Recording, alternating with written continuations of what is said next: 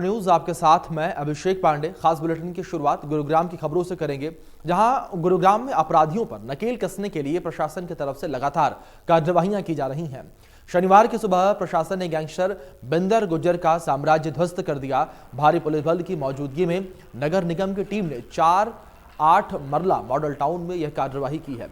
निगम अधिकारियों की माने तो बिंदर गुज्जर ने अवैध रूप से संपत्ति बनाई थी। इसके लिए न तो कोई बिल्डिंग प्लान पास करवाया गया था और न ही कोई विभागीय अनुमति ली गई है।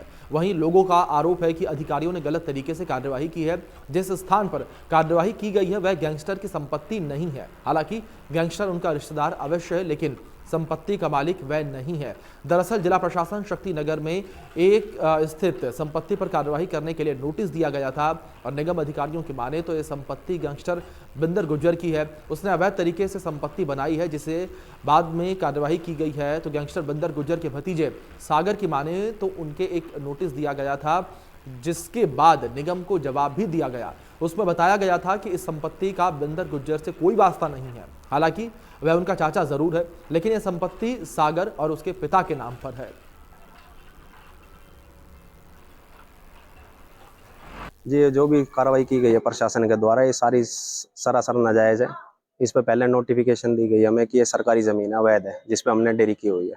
मैंने अपने लीगल डॉक्यूमेंट इनको प्रोवाइड करवाए, जिसमें ये कह रहे हैं कि ठीक है, आपकी प्रॉपर्टी आपकी है और इस पे से डेयरी हटाई है। हमने डेयरी हटा दी, उसके बावजूद इसको सील कर दिया गया प्रशासन के द्वारा। फिर उसके बाद दोबारा बात करी तो उन्होंने कहा कि इसका कागज़ और दिखाइए कि तुमने ये बिल्डिंग प्लान बना रखा है, नहीं है, कुछ भी है।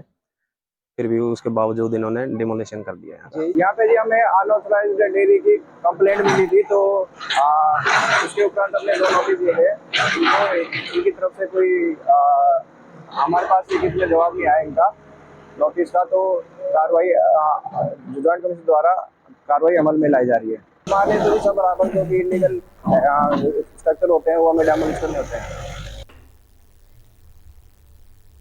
डॉलर एक्सचेंज करने के बहाने बुलाकर युवक की आंखों में मिर्ची पाउडर डालकर 8 लाख रुपए लूटने वाले 3 बदमाशों को क्राइम यूनिट ने सेक्टर 39 से गिरफ्तार किया है। पुलिस ने आरोपियों की निशानदेही पर लूटे गए 8 लाख रुपए में से 20,000 रुपए और वारदात में इस्तेमाल की गई स्विफ्ट कार को भी जब्त कर लिया है। एसीपी क्राइम प्रीतपाल सिंह की माने तो 17 जनवरी को एक युवक ने गुरुग्राम के सदर थाने में शिकायत दी कि वह डॉलर एक्सचेंज का कार्य करता है और इसके पास एक व्यक्ति का फोन आया। फोनकर्ता ने उससे 2,500 डॉलर एक्सचेंज करवाने की बात कही। वह अपने बैग में 8 लाख रुपए लेकर गुरुग्राम के सेक्टर 39 में शराब की दुकान के पास उस व्यक्ति के डॉलर एक्सचेंज करने के लिए पहुंच गया, जहां पर उस व्यक्ति ने उसे गाड़ी में डॉलर एक्सचेंज करने के लिए कहा और गाड़ी में उस व्यक्ति के 3 अन्य साथी भी मौजूद थे। गाड़ी में बैठने पर उन्होंने मारपीट की और आंखों में मिर्च का पाउडर डाल दिया और सेक्टर 29 के पार्क के पास छोड़कर चले गए और बैग को छीनकर फरार हो गए। बैग में रखे 8 लाख रुपए भी आरोपी लेकर फरार हो गए। ये दिनांक 17 जनवरी को एक व्यक्ति के पास फोन आया कि भाई 2500 डॉलर हैं हमारे पास, वो एक्सचेंज कराने हो तो हम जो है ना पैसे लेके आ जाओ। इस पे मोहम्मद आसिफ नाम का व्यक्ति वो गया और वहाँ पे एक ठेके के पास उसको बुलाया गया। वो 8 लाख रुपए लेके गया, उसको गाड़ी में बिठा दिया, यहाँ एक्सचेंज करेंगे। और उस गाड़ी में जबरदस्ती उसकी आंखों में मिर्च डाल के और उससे वो 8 लाख रुपए का बैग छीन के और वो गाड़ी में फरार हो गए और इसको उसमें से वहाँ उतार के इसने शिकायत दी हमारे सदर पुलिस स्टेशन में और हमने उसमें केस रजिस्टर करके और उसकी इन्वेस्टिगेशन हमारी क्राइम टीम काम किया गया और उसमें बहुत तत्परता से पुलिस ने काम करते हुए उसमें शामिल 3 आरोपियों को गिरफ्तार करने में कामयाबी हासिल। फरीदाबाद के सेक्टर 28 स्थित सरकारी स्कूल में परीक्षा पर चर्चा कार्यक्रम के दौरान केंद्रीय राज्य मंत्री के कृष्णपाल गुर्जर ने कांग्रेस पर निशाना साधते हुए कहा कि जो लोग आलोचना करते हैं वो काम नहीं करते हैं और कांग्रेस हमेशा आलोचना का काम करती है। कांग्रेस अपने अतीत में झांक कर देख ले कि उन्होंने किस तरीके से काम किया है और जनता के लिए उन्होंने कितने काम किए, कितने नेता जेल गए हैं। कृष्णपाल गुर्जर ने कहा कि कांग्रेस का अतीत काला है और वह अपने अतीत को देखेंगे तो उन्हें काले दिन याद आ जाएंगे। उन्होंने कहा कि इतिहास में पहली बार ऐसा देखने को मिल रहा है कि प्रधानमंत्री नरेंद्र मोदी स्कूली छात्राओं से मिलकर उनके इस प्रेस को कम करने के लिए प्रेरित कर रहे हैं। उनके स्ट्रेस को कम करने के लिए प्रेरित कर रहे हैं और इसी के तहत जगह जगह पर कार्यक्रम आयोजित किए जा रहे हैं। बीजेपी लगातार देश के विकास के लिए काम कर रही है।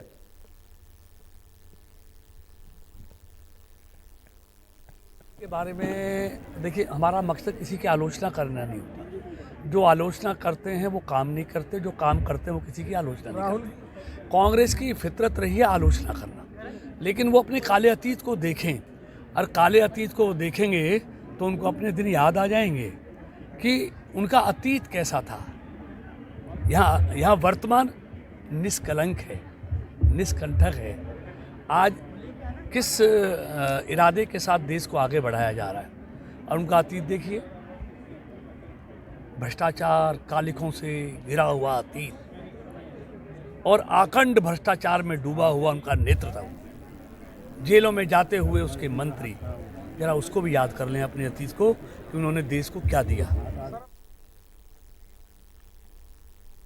फरीदाबाद एनआईटी के विधायक नीरज शर्मा की शिकायत पर नगर निगम ने 10 अधिकारियों पर कार्यवाही के निर्देश दिए हैं। विधायक नीरज शर्मा ने आरोप लगाया था कि बिना जनहित के एक कंपनी मालिक को फायदा पहुंचाने के लिए लाखों रुपए की लागत से ग्रीन बेल्ट बना दी गई है, जिसके बाद निगम ने एक्शन लेते हुए तकनीकी विभाग के 10 अधिकारियों पर कार्यवाही के आदेश जारी किए, जिसमें 4 सहायक अभियंता, 2 कनिष्ठ अभियंता के नाम भी शामिल हैं।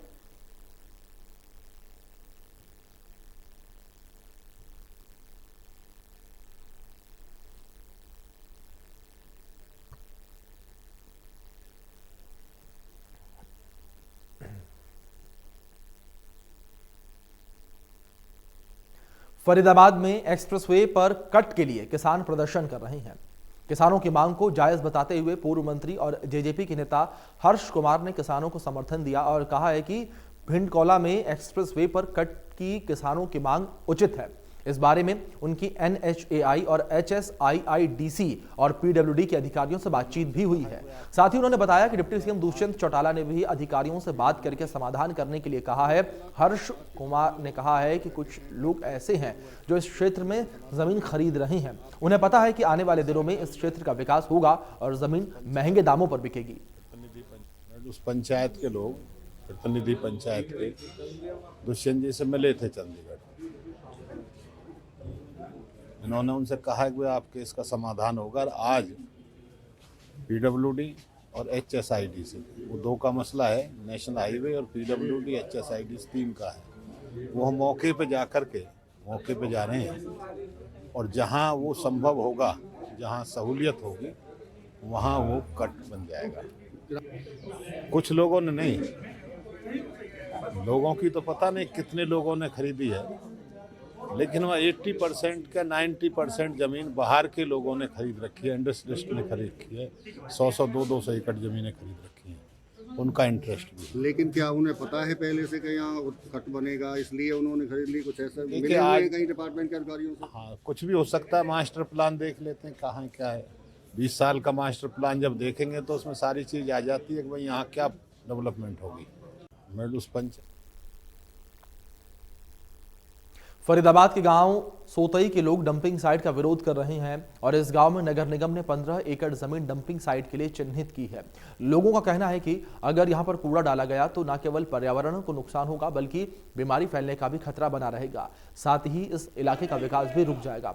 इसी को लेकर इलाके के लोगों ने विरोध कर रखा है और लोगों ने इसको रोकने के लिए पृथला विधायक नैनपाल रावत को भी एक ज्ञापन सौंपा है।